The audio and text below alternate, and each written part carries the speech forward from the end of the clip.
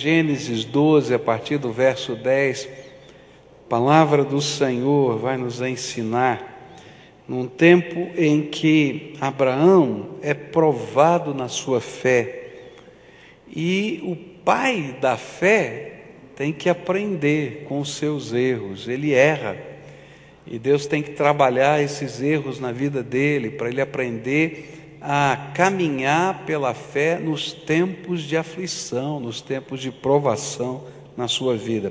A palavra de Deus nos diz assim, Gênesis 12, a partir do verso 10: houve fome naquela terra, e Abraão desceu ao Egito para ali viver algum tempo, pois a fome era rigorosa.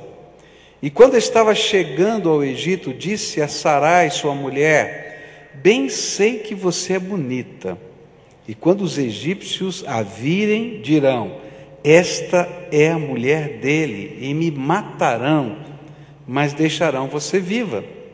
Diga que é minha irmã, para que me tratem bem por amor a você, e minha vida seja poupada por sua causa. E quando Abraão chegou ao Egito, viram os egípcios que Sarai era uma mulher muito bonita.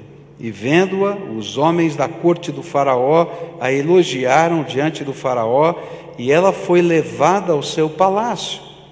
Ele tratou bem a Abraão por causa dela, e Abraão recebeu ovelhas, bois, jumentos e jumentas, servos e servas e camelos.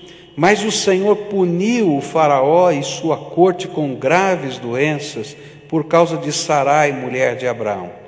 Por isso, o faraó mandou chamar a Abraão e disse: o que você fez comigo? Por que não me falou que ela era sua mulher? Por que disse que era sua irmã? Foi por isso que eu a tomei para ser minha mulher. E aí está sua mulher, tome-a e vá. A seguir, o faraó deu ordens para que providenciassem o necessário para que Abraão partisse com sua mulher e com tudo que possuía. E saiu, pois, Abraão do Egito e foi para o Negueve, com sua mulher e com tudo o que possuía, e Ló foi com ele. Abraão tinha enriquecido muito, tanto em gado como em prata e ouro. Ele partiu do Negueve em direção a Betel, indo de um lugar a outro, até que chegou ao lugar entre Betel e Ai, onde já havia armado acampamento anteriormente, e onde pela primeira vez tinha construído um altar, e ali Abraão invocou o nome do Senhor. Pai querido, é em nome de Jesus que nós buscamos a Tua face agora. Nós viemos aqui, Senhor, com uma expectativa no nosso coração. A expectativa é de uma visitação do Teu Espírito sobre nós.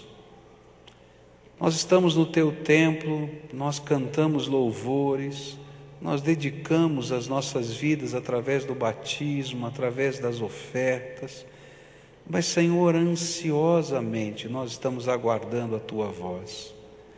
E nesta hora, Pai, eu quero dizer diante do Senhor e dos meus irmãos, que se eu falar de mim mesmo não vai chegar ao coração de ninguém, porque quem sou eu para oferecer alguma coisa a alguém? Mas, Senhor, se o Teu Espírito derramar uma gotinha do orvalho do céu, será mais do que suficiente para encher a nossa alma com a Tua graça. Então derrama as gotinhas dos orvalhos, Senhor, que descem do Teu trono e regam a nossa vida, e que Teu Espírito se manifeste aqui entre nós, e que possamos sentir a Tua presença e ouvir a Tua voz. É aquilo que oramos em nome de Jesus. Amém e amém. Nós começamos a estudar esse texto hoje pela manhã e aprendemos que na nossa vida, na jornada da caminhada de fé, a vida não é plana. Ela tem altos e baixos. E às vezes a gente fica pensando assim: não, eu estou fazendo tudo direitinho, vai dar tudo certo. Mas apesar da gente estar fazendo tudo certinho, tudo direitinho, tem lutas na vida. Não aconteceu já isso com você? Está tudo direitinho, bonitinho, de repente vem uma luta inesperada. E é exatamente isso que estava acontecendo com Abraão, uma luta inesperada. Ele estava na terra de Deus, fazendo a vontade de Deus, depois de deixar Ur e Harã, e de repente naquele lugar, na terra de Deus, veio uma fome, uma seca, e as coisas não estavam funcionando. E ele teve então que tomar uma decisão, e a gente aprendeu isso. Ou permanecer na presença de Deus, no lugar de Deus, no propósito de Deus, aguardando a manifestação de Deus, ou buscar uma alternativa. E ele sabia que o Egito estava tendo prosperidade, que as coisas estavam funcionando lá no Egito. E então ele tinha que decidir entre a prosperidade do Egito e o lugar da promessa de Deus. E aí então começam as lutas no coração de Abraão. E a primeira lição que a gente aprendeu, lendo esse texto, foi: nunca fuja das tribulações. E a gente aprendeu que o melhor lugar do mundo, até cantamos, né? É o lugar da vontade de Deus. Às vezes a gente imagina que está vivendo o pior momento da vida, mas se a gente estiver no centro da vontade de Deus, o Senhor, que é o dono da nossa vida e que tem o controle de tudo, Ele intervém, porque nós não estamos longe da sua graça. Agora, segunda coisa que aprendemos hoje pela manhã, estudando esse texto, é que toda vez que a gente tenta achar um caminho alternativo à vontade de Deus, a gente começa a seguir a sabedoria humana. E a Bíblia diz que a sabedoria humana, ela está pautada no egoísmo das pessoas, entre outros sentimentos. E por isso, ela, apesar de ser humana, ela é também diabólica. E toda vez que a gente tenta achar os caminhos da vida, abandonando a vontade de Deus e só seguindo o critério humano, eu vou entrar por caminhos que são descaminhos. Por isso aqui nós aprendemos nunca troque a confiança em Deus pela trama humana. E aí então Abraão montou um esquema. Olha, nós vamos lá, né, para o Egito, você é uma mulher muito bonita e vai ficar complicado. Se alguém perguntar, você não é minha esposa, você é só minha irmã. Então essa era uma jogada mentirosa. Era na verdade uma meia-verdade, porque ela era filha do mesmo pai, de mãe diferente, então ela meia-irmã de Abraão, mas era casada com ele. Então era uma mentira, e era esposa dele.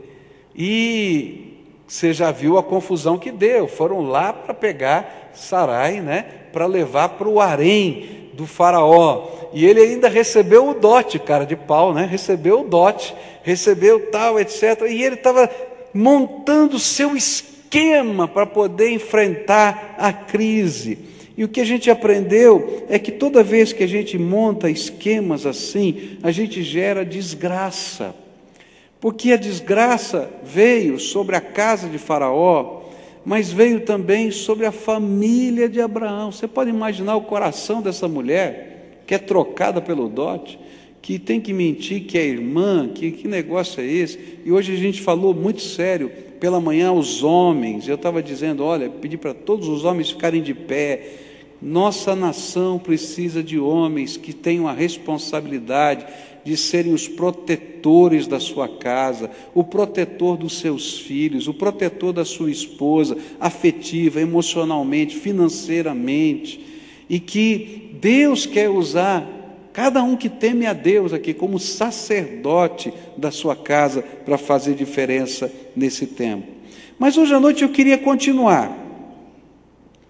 E quando a gente estuda a palavra de Deus, a gente vai descobrir que quando a gente se afasta, quando a gente está no centro da vontade de Deus, por onde a gente passa, a gente deixa a bênção de Deus. Olha, pode ter certeza, se você é alguém cheio do Espírito Santo, se Deus habita a tua vida, se a graça de Jesus está no teu coração, por onde você passa, você deixa a bênção de Deus pelo seu caminho. Porque você é abençoado. E você, com uma palavra bendita, abençoa um coração. Com uma oração, um milagre acontece. Coisas de Deus acontecem, porque Deus é tremendo, Ele usa a nossa vida. Mas quando a gente está fora da vontade de Deus? Quando a gente está fora da vontade de Deus, a gente não leva a bênção. Às vezes a gente leva com a gente o juízo de Deus. E olha só o que vai acontecer nos versículos 15 a 17. Vendo-a, os homens da corte do faraó a elogiaram diante do faraó, e ela foi levada ao seu palácio. E ele tratou bem Abraão por causa dela, e Abraão recebeu ovelhas, bois, jumentos, jumentas, servos e servas e camelos. Mas o Senhor puniu o faraó e a sua corte com graves doenças por causa de Sarai, mulher de Abraão.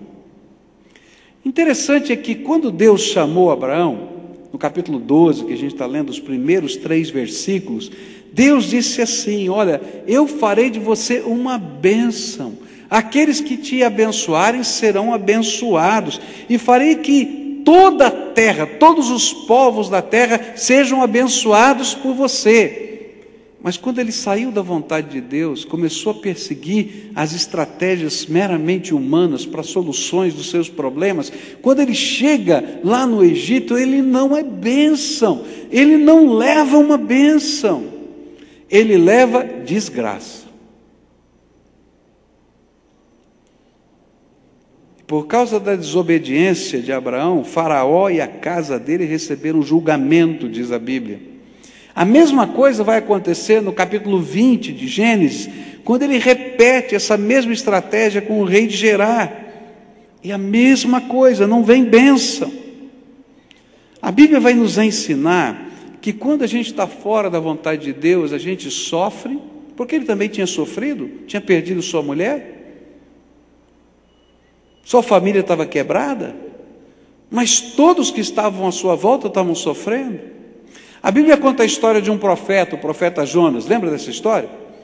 Esse homem recebe o comissionamento de Deus e ele não atende o comissionamento de Deus, ele vai para o outro lado do mundo. Deus queria que ele fosse para a Síria pregar o evangelho e pregar a mensagem de Deus, e ele vai para Tarsis, na Espanha, do outro lado do mundo, e nesse caminho ele entra num barco, e todo mundo que está no barco de Jonas está sofrendo com Jonas.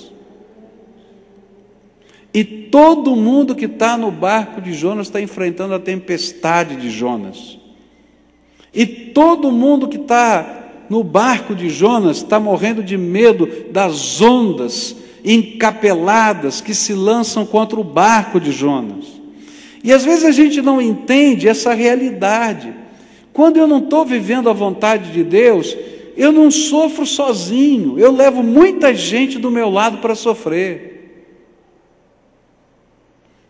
Se você não está caminhando do jeito de Deus, e você está fazendo aquilo que não é a vontade de Deus, a sua casa está sofrendo.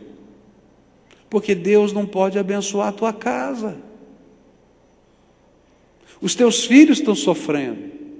Porque você, ao invés de ser um instrumento de bênção naquela casa, você se torna um instrumento de confusão naquela casa. Tua esposa está sofrendo, teu marido está sofrendo. Às vezes você é um filho, e às vezes por causa dos seus pecados, toda a casa está sofrendo, não é verdade isso? Quem já viveu, sabe o que eu estou falando, de ter um dependente químico dentro da sua casa. Sofre todo mundo, não é verdade? Porque a gente está chorando pelo canto, a gente está vendo que está morrendo, está vendo que está se metendo em situações complicadas, a gente tenta solucionar um problema, vem mais 5, não tem jeito. Quantas pessoas dentro da casa, às vezes a gente quer proteger a pessoa amada dos problemas que estão acontecendo, e a gente não consegue. Parece que a gente está tentando segurar a água, não é? Na peneira. A gente coloca para cá, para lá, e ela vai passando por tudo quanto é lado, porque Deus não está abençoando. A casa de Faraó toda estava em sofrimento. Abraão estava em sofrimento. E assim é na nossa vida. Jonas, no barco, estava em sofrimento. Da mesma maneira, Quando nós começamos a trilhar o caminho que não é caminho de Deus, o juízo de Deus vem sobre a nossa vida. Por que o juízo de Deus vem para a nossa vida? Porque Deus é mau? Porque Ele está com um chicote na mão para bater na gente? Não, queridos. É para que você possa acordar antes que seja tarde demais. Porque se Ele não estivesse mexendo nas circunstâncias da sua vida, você ficaria tão aturdido e tão admirado da obra das tuas mãos, que você não perceberia que pecado é pecado, que angústia é angústia, e você acharia até que estava indo muito bem. Deus tem que intervir na vida de Abraão 2 vezes, porque ele cometeu o mesmo pecado 2 vezes. Imagina se Deus não pesasse a sua mão. Consegue entender? Se o teu coração estiver no lugar errado, Deus vai ter que chacoalhar a tua vida. Porque senão você está tão fixado naquilo que não vai dar meia volta na direção do projeto de Deus. Às vezes a gente coloca alguns sonhos na nossa vida e a gente começa a perseguir esses sonhos. E queridos, esses sonhos às vezes não nos levam a lugar nenhum, a não ser sofrimento, porque ele está fora da vontade de Deus. Eu me lembro de uma ocasião que alguém me procurou aqui na igreja para orar, e me colocou a sua situação, e disse: pastor, olha, eu queria que o senhor orasse por mim, por causa de uma situação profissional, e contou a história da situação profissional. E o interessante é que, às vezes as pessoas vêm conversar com a gente, pedindo oração, e dizendo assim: não, se Deus abençoar a minha vida, eu vou dar uma boa oferta para terminar o tempo. Eu não estou preocupado com isso. Não estou preocupado, porque quem constrói isso aqui é a graça de Deus. Aí eu me lembro que na hora que essa pessoa comentou isso, eu falei assim: querido, olha, eu vou orar por você. Agora, se essa tua empresa é o Deus da tua vida, eu vou pedir para Deus quebrar de uma vez. Aí ele assustou. Falei: sabe por quê? Porque talvez você esteja perdendo a tua esposa, os teus filhos estavam tudo do meu lado, porque você só tem um foco na tua vida e você não está percebendo que isso está destruindo a tua casa. E você precisa enxergar essa gente que está do teu lado. Quando eu comecei a falar isso, o filho, a mulher, todo mundo começou a chorar. Querido, a tua empresa pode ser uma bênção, mas não pode ser o Deus da tua vida. Não tem lugar para Deus, não tem lugar para a mulher, não tem lugar para os filhos, não tem lugar para ninguém. Como é que pode ser uma casa abençoada? Consegue entender? Querido, se a gente está no centro da vontade de Deus, os valores de Deus estão sobre a nossa vida, e a gente acha o equilíbrio entre todas as coisas. E o que Deus quer é uma bênção sobre a tua vida. E Ele não vai transformar algo que é maldição em bênção. Ele vai ter que transformar o teu coração, os teus valores, para que a verdadeira bênção de Deus caia sobre o teu coração. Queridos, eu não sei o que Deus tem para fazer na tua vida, mas toma cuidado. Porque Deus quer que você seja um agente de bênção. Que por onde você passa, a graça de Deus se derrame. Mas se você estiver fora da vontade de Deus, o que vai acontecer é que por onde você passa, a bênção de Deus não pode ser derramada sobre a tua vida. Então, acerta a tua vida, não tem jeito. E sabe o que é tremendo? É que Deus vai usar pessoas, Deus vai usar circunstâncias, Deus vai usar até os incrédulos como profetas. A Bíblia não fala aqui como o faraó descobriu a mentira. A Bíblia não fala como ele descobriu. Mas no capítulo 20, a Bíblia fala como o rei de Gerar descobriu. No capítulo 20, a Bíblia diz que o rei de Gerar, incrédulo, teve um sonho. E Deus falou com o rei de Gerar em sonho. E disse assim: essa mulher que você tomou, ele tinha feito a mesma coisa que tinha feito no Egito.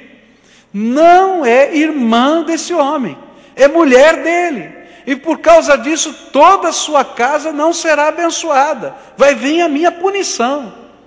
E aí o rei disse assim: mas eu fui iludido, eu fui enganado. Não é justo isso. Ele falou: eu sei que você foi iludido e enganado, mas não posso abençoar o pecado. Devolve essa mulher e manda esse homem embora. E aí chega o rei, um incrédulo, olha para o pai da fé, que é Abraão, e diz a mesma coisa que o faraó disse: homem, o que você está fazendo? Presta atenção, por que você está fazendo isso? E a profecia de Deus, palavra de Deus dura, vem da boca do incrédulo para confrontar o coração de Abraão, o pai da fé. Queridos, às vezes Deus coloca pessoas na nossa jornada que confrontam a nossa vida e que mostram para a gente de frente o que está acontecendo de errado. A gente até se arrepia e diz: como é que pode isso? Porque Deus vai falar com você para você voltar para o caminho dele. Essa é a mensagem do Senhor. Cuidado, para que você não seja aquele que espalha o sofrimento, mas que você seja aquele que espalha a bênção de Deus. Outra coisa que vem de lição nesse texto é que algumas pessoas leem aqui e ficam pensando assim, como diz o verso 16: e ele tratou bem Abraão por causa dela, e Abraão recebeu ovelhas, bois, jumentos, jumentas, servos, servas e camelos. E alguém fica pensando assim: olha, o que aconteceu com Abraão não foi tão ruim assim. O faraó deu um monte de grana para ele, deu dinheiro, deu boi, deu ovelha, deu tudo isso aí. Sara recebeu um presente também, ela recebeu uma escrava particular, Agar, uma serva só para ela. Deus perdoou o pecado de Abraão e ele começou de novo. Então qual é o problema? E às vezes a gente fica pensando assim: não, eu vou dar um jeitinho aqui, quebro o galho aqui, dou uma escorregadinha para lá, não, depois dá tudo certo. Queridos, essa é uma grande ilusão. Cuidado com o preço que se paga pela prosperidade do Egito, por aquilo que está fora da vontade de Deus. O problema foi que tudo que Abraão recebeu no Egito acabou transformando-se em grande transtorno na sua vida. Primeiro, por causa da sua riqueza, ele teve que se separar de Ló, porque não conseguiam viver mais na mesma terra, e a família já se dividiu ali. Ló aprendeu os valores do Egito e foi buscar os valores do Egito em Sodoma e Gomorra. Perdeu tudo em Sodoma e Gomorra, quase morre lá. A sua esposa vira uma estátua de sal, literal, por causa daquilo que tinha acontecido no Egito. Não parou só com Ló. Aquela situação com Agar vai criar um grande problema, porque Sara vai oferecer a Agar para que ela tenha um filho com ele, nasce Ismael. Ismael e Isaque se dividem como dois povos, e se hoje existe guerra entre judeu e árabe, é por causa disso. Porque um é descendente de Ismael e o outro é descendente de Isaque. E a guerra começou dentro de casa, a confusão começou dentro de casa. A gente às vezes imagina que eu estou ganhando, mas na verdade eu não estou ganhando, eu estou perdendo. Toda vez que eu estiver fazendo aquilo que não é a vontade de Deus, eu vou me quebrar em algum lugar. E o tesouro que eu levo para casa, que veio da prosperidade do Egito, não é bênção não, é desgraça. E às vezes a gente fica pensando que a gente está construindo alguma coisa boa com a nossa esperteza. Aí Deus tem que espalhar tudo para a gente entender que não vale nada.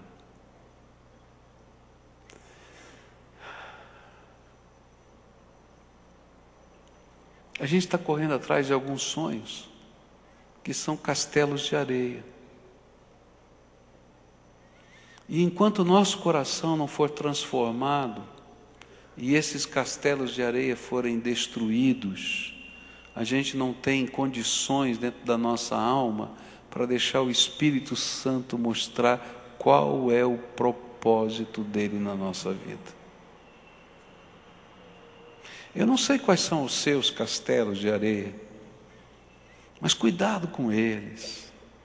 Porque às vezes a gente imagina que a gente pode flexibilizar algumas coisas na vontade de Deus para alcançar o que a gente está querendo e a gente só se machuca. É muito comum isso acontecer na área afetiva. Tem muito jovem, muita jovem, mas tem muito marmanjo, viu? Velho já, que fica pensando na possibilidade de ser feliz afetivamente e quebra todos os valores de Deus, faz todas as concessões possíveis e imagináveis para alcançar a felicidade afetiva. E queridos, estão quebrados, quebrados e quebrados e quebrados de novo. Porque, queridos, se a gente não constrói o nosso afeto em cima de valores, vai ser como aquela casa construída sobre a areia, na primeira chuva, tudo vai embora. Cuidado. Às vezes a gente está construindo os nossos castelos de areia em cima de projetos de sucesso, projetos de ganhar dinheiro. E às vezes eu fico ouvindo algumas ideias mirabolantes para ganhar dinheiro em 2 dias. Gente, não é assim não. Não é assim, não é isso que Deus quer.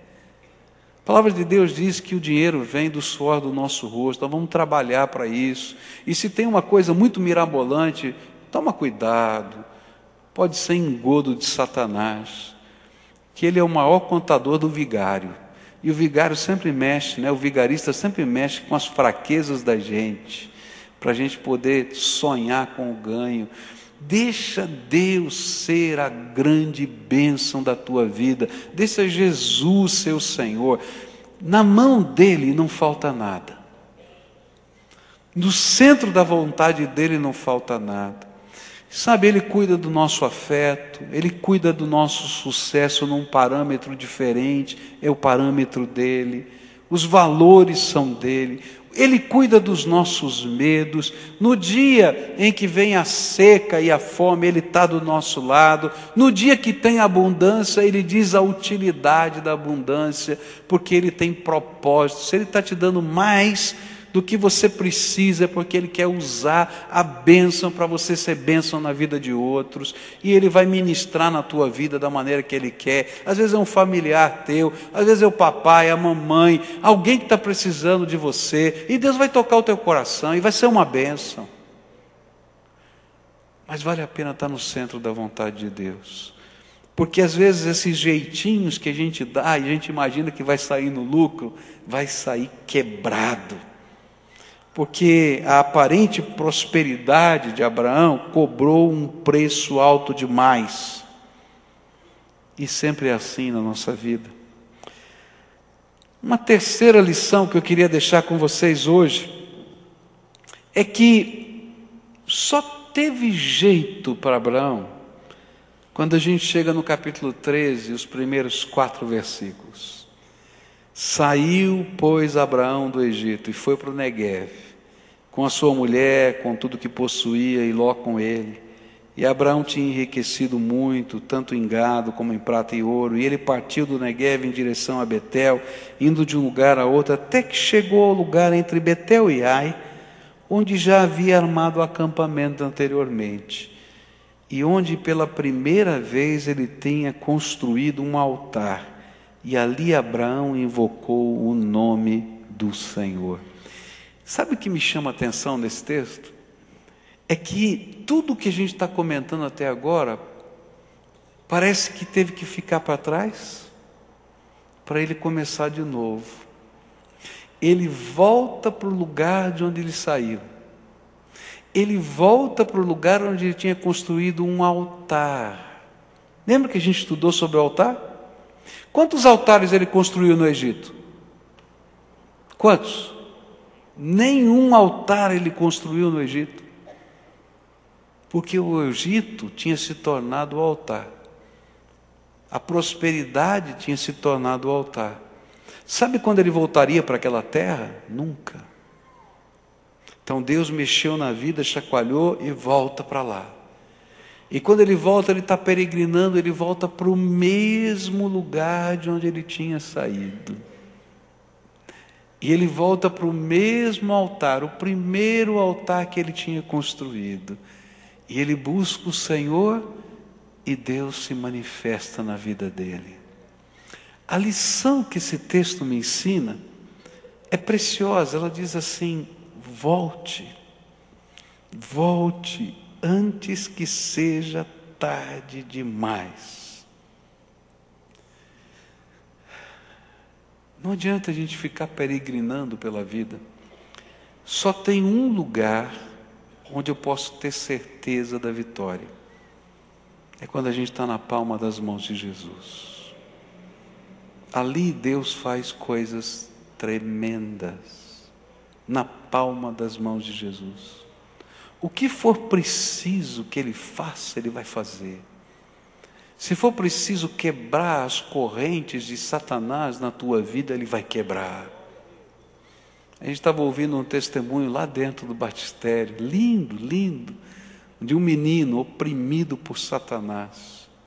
Esse menino sentia que correntes, ele tinha procurado as coisas do diabo na Umbanda, em tantos lugares, e ele se sentia amarrado por correntes, nas mãos e na garganta, o tempo todo.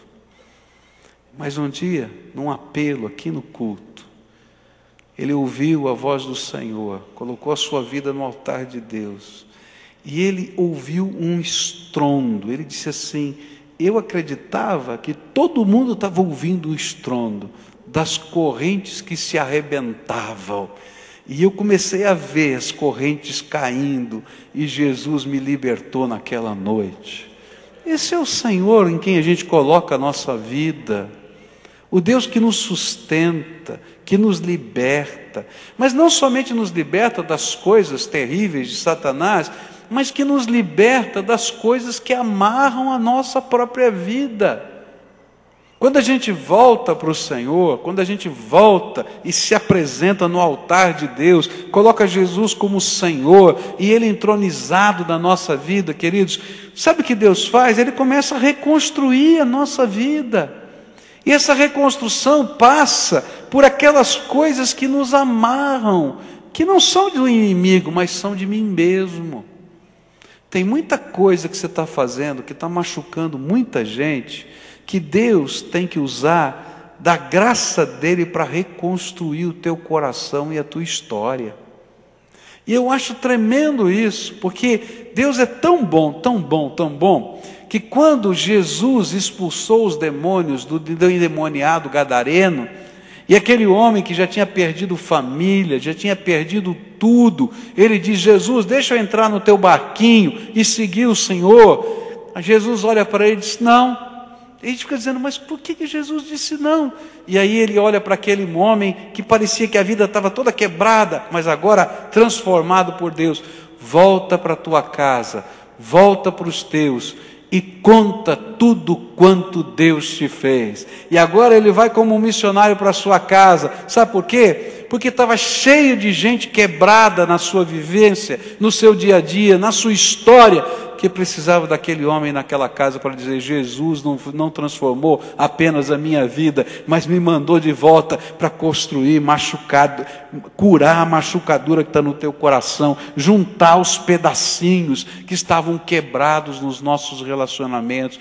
E Deus então nos manda para a nossa casa, para restaurar o coração de um filho, para restaurar o coração com a esposa, com o marido, porque esse é o projeto de Deus, que a bênção chegue na sua casa através de você. Mas Ele manda para a gente também, para o nosso trabalho, vai mudar os nossos valores, vai mudar a nossa maneira de enxergar a vida, mas Ele manda na graça dEle, e a promessa de Deus é tremenda, não é que a gente vai ficar rico. A promessa de Deus é que tudo quanto o justo faz, isso prospera. Deus vai abençoar a tua mão. Onde você puser a mão, Deus vai abençoar. Ele não prometeu que você vai ficar rico, mas o teu trabalho vai render, vai ficar diferente, porque a graça de Deus está sobre a tua vida. E é tão tremendo isso, que quando José do Egito estava como escravo, tudo que ele fazia era tão bom que abençoava o dono dele. Mas todo mundo sabia que aquele homem era um abençoado por Deus. É isso que Deus quer fazer com a nossa vida. E o grande desafio que a gente aprende aqui é: volta, volta, volta, enquanto há tempo de voltar, o mais rápido possível.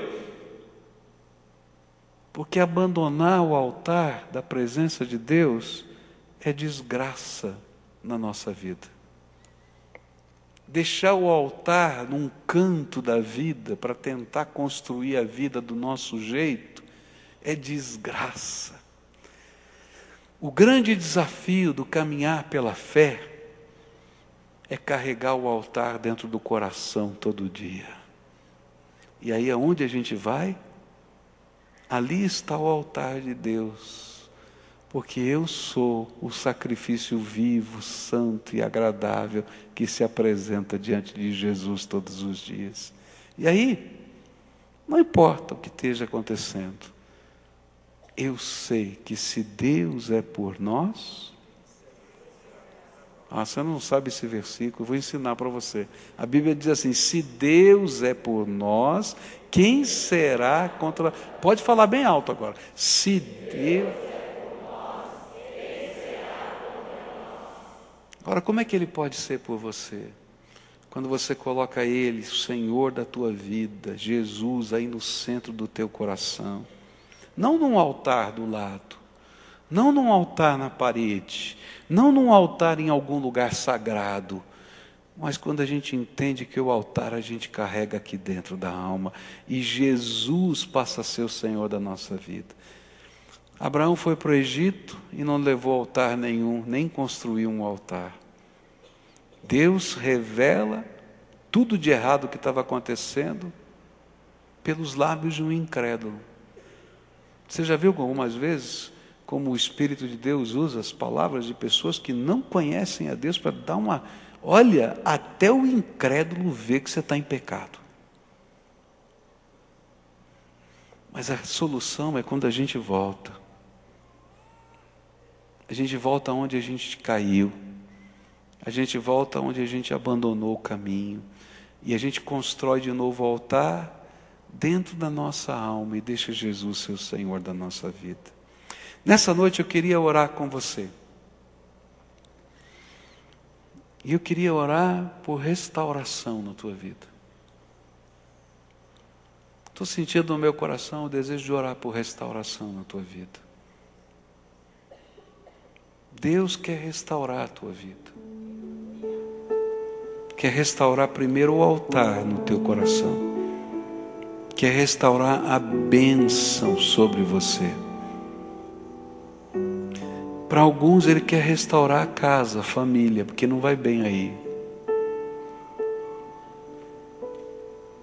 Quer restaurar os sentimentos da tua alma. E eu creio no poder de Jesus para restaurar. E tudo começa quando a gente se coloca no altar de Deus. E deixa Jesus fazer essa obra de transformação na nossa vida. Talvez você tenha vindo a esse culto só para assistir um batismo. Talvez você tenha vindo até desconfiado para cá. Mas hoje o Espírito Santo está falando para você: olha, quem precisa ser restaurado é você. Outros vieram nesse culto porque estão acostumados a vir na igreja. Vou ouvir mais uma mensagem. Mas hoje o Espírito Santo está falando: olha, restaura o altar dentro do teu coração, porque Deus quer restaurar a bênção sobre a tua vida. Cuidado com os jeitinhos, os esquemas. Larga isso para lá. Isso é coisa que ficou para trás. Não cabe mais na tua vida. E deixa Jesus fazer a obra do jeito dele. Vai dar medo, porque Abraão foi para o Egito por causa do medo. E se não chover? E se não tiver a comida que eu preciso para os bois, para as vacas, para as ovelhas, para o gado? E se? Porque eu não tenho controle. Mas o Espírito de Deus estava ensinando para Abraão: Abraão, não tem época, lugar ou coisa em que eu não esteja no controle. porque se for preciso revelar o teu pecado para o rei do Egito, eu vou falar. Eu sou o Deus Todo-Poderoso. Então, restaura no teu coração o altar de Deus. E eu queria orar com você. Eu queria convidar hoje pessoas a quem o Espírito Santo está ministrando, dizendo: hoje é tempo de restauração na tua vida. Restaurar o altar, restaurar valores, restaurar a comunhão com Deus, tirar o altar do lado e colocar dentro da vida. Gente que está precisando de restauração dentro de casa. Eu queria orar por você, pedindo a intervenção do Espírito e pedindo que Deus mesmo assumisse o controle, assuma o controle da tua vida. E vou orar para que, se tiver alguma corrente te amarrando, que o Senhor quebre, porque Ele é poderoso para fazer isso. Por isso, se hoje o Espírito Santo está falando com você, só se Ele estiver falando com você, e você quer responder à voz do Espírito, você vai dar um passo de fé. Você vai sair do seu lugar e vai vir aqui na frente. Quero orar por você agora. O que você precisa ser restaurado? O que o Espírito de Deus falou com você? Que área da tua vida precisa ser restaurada? Eu sei. Primeira coisa, a gente vai colocar o altar no lugar certo. Mas tem áreas que a gente está sendo chacoalhado, que o Espírito de Deus está mexendo. Então é hora de a gente renovar alguns votos com Deus. O que o Espírito ministrou? Coisas que você perseguiu, que Deus disse: não é por aí, volta para cá. Essas são as primeiras que a gente tem que colocar no altar de Deus. Está entendendo? Porque estas coisas, elas se transformaram nos deuses teus. Teu Deus pessoal. Então você vai dizer: Senhor Jesus, só tem um Senhor, só tem um Deus sobre a minha vida, o Senhor. Nada, nem ninguém vai tomar esse lugar mais. Nem um sentimento amoroso, nem um sonho, nem uma busca financeira, nada nem ninguém. Tu és o único Senhor. E se algum de vocês dedicaram a sua vida a qualquer outra entidade espiritual, você vai dizer: de hoje em diante eu renuncio, e o único Deus, o único Senhor da minha vida é Jesus. Fala isso, coloca isso diante do Senhor. Agora, tem coisas que ficaram machucadas e doídas, que você precisa de restauração. Eu não sei. Então agora você vai dizer: Senhor, eu estou carregando alguns pesos, algumas consequências disso. Está machucado o meu coração. Eu preciso de cura. E você pode falar o que é que está doendo aí no teu coração, porque hoje Jesus quer derramar cura sobre você. Jesus, está doendo, eu tenho uma mágoa aqui dentro. Está doendo porque a minha vida está desorganizada. Eu nunca vivi uma vida desorganizada. Eu estou perdido com isso. Está doendo porque eu não sei o que está acontecendo. Quem sabe alguém amado teu está machucado. Você precisa cuidar do coração dessa pessoa amada. Então, pede restauração do Senhor, pede sabedoria de Deus, pede bênção de Deus, para Ele entrar na tua casa, e que a mão do Senhor seja abençoadora sobre a tua vida. Fala o que está aí no teu coração. Agora eu vou levantar um clamor por você, e vou pedir que toda essa igreja fique de pé. Levante tua mão para cá, enquanto a gente ora por esse povo. Querido, você não pode imaginar as batalhas que tem aqui. Só eles sabem as batalhas que tem aqui, porque são coisas que estão guardadas no coração. Então agora levanta a tua mão e levanta um clamor junto comigo. Você não precisa gritar, não. Você ora: Senhor Jesus, abençoa, que o teu poder seja liberado para curar, para transformar, para abençoar. Você vai orando aí: Senhor, se tem alguma seta do maligno, arrebenta essa seta. O povo de Deus vai estar orando, e a gente vai estar orando aqui. Senhor Jesus, aqui tem um povo que é teu, amado do Senhor, precioso aos teus olhos. Povo que o Senhor conhece o gemido. Povo que o Senhor recolheu no teu odre, como a tua palavra diz, cada uma das suas lágrimas. e no teu livro santo o Senhor registrou a história de cada uma delas. Povo precioso. E nessa hora eu quero te pedir, Senhor, que hoje seja dia de restauração nessas vidas. A primeira restauração é do altar. Que o altar de Jesus esteja no coração de cada um desses teus filhos. Que só o Senhor possa dizer os valores. Que só o Senhor possa dizer o sim e o não na vida deles. O certo e o errado venham do Senhor para a vida deles. Que só o Senhor possa dizer fica ou sai. Que o Senhor tenha toda a autoridade, porque eles lhe dão toda a autoridade. Mas Senhor, eu quero te pedir que nessa hora a restauração venha também lá dentro da alma. Alguns estão machucados, alguns estão feridos dentro da alma. E eu quero te pedir cura, Senhor. Cura essas pessoas das feridas da alma. Que o óleo da tua graça se derrame sobre eles e venha a cura sobre eles. Alguns, Senhor, estão doentes no corpo. Eu não tenho poder para curar ninguém, Jesus. Tu sabes disso. E eu vou dizer isso na frente deles. Mas eu creio que todo o poder nos céus e na terra foram dados ao Senhor Jesus. Conforme a palavra de Deus. O Pai entregou todo o poder no céu e na terra a Jesus, o seu Filho, até que todos os inimigos de Deus sejam colocados como escabelo dos seus pés. E aí então Jesus vai devolver o reino ao Pai. E nessa hora, Senhor Jesus, tu que tens toda a autoridade no céu e na terra, eu quero te pedir, cura essas vidas agora. Que o Senhor comece a derramar uma unção de cura, Senhor. Cura, Senhor, cura, Senhor. Põe a tua mão de poder. E que isso seja um sinal na carne desse teu povo, de que o Senhor é o Deus da restauração. Ó Pai, existem famílias que estão quebradas aqui. Não há perdão, não há conversa, não há como chegar perto. Eu quero te pedir milagre, Senhor. Milagre, Senhor. Milagre de coração amolecido.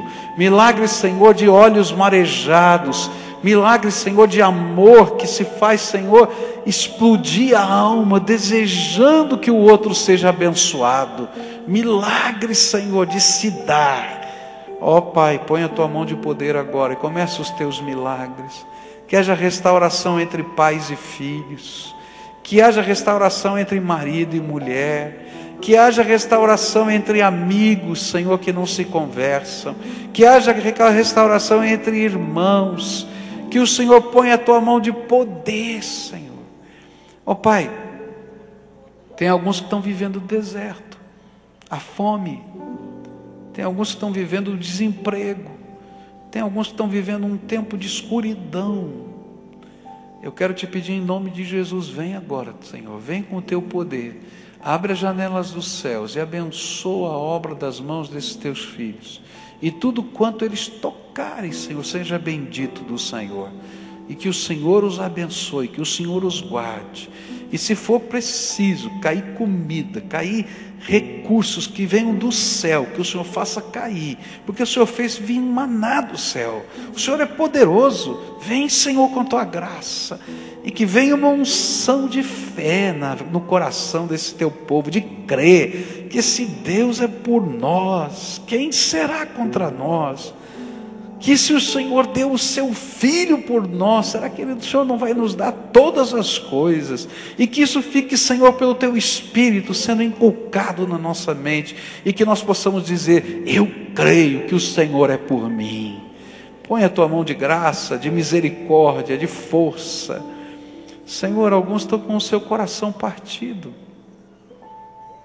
Estão com o coração partido, porque estão devolvendo ao Senhor pessoas que amaram e que colocaram toda a sua esperança de felicidade nelas. E que hoje o teu Espírito falou, não é assim não, filho, não é assim não, filha. Eu sou a tua certeza de felicidade. Por isso eu quero te pedir que o Senhor tome, porque não está certo. E que o Senhor prepare a tua bênção segundo o teu propósito. E que, Senhor, nós nos alegremos em ver a boa mão do Senhor sobre o teu povo. Fica com o teu povo, dá a tua alegria. da tua bênção. É aquilo que eu oro em nome de Jesus. Amém e amém. Fica de pé, querido, tá? Lembra que nós recitamos juntos aqui? Se Deus é por nós... Ah, você não ouviu não, vamos falar de novo. Se Deus... O altar de Deus está no teu coração? Está aí? Você deixou? Não deixa ele aqui não, leva com você o altar, porque você é o altar. Se Deus é por você, quem será com você? Ele vai estar com você. A Bíblia diz assim, Jesus disse, eis que estou convosco todos os dias, até a consumação dos séculos. Se você for para a direita, para a esquerda, onde for, Jesus vai estar do teu lado. Pede para Ele te ajudar, te dar sabedoria. Os problemas não passaram, eles estão aí, mas Jesus vai com você, tá bom?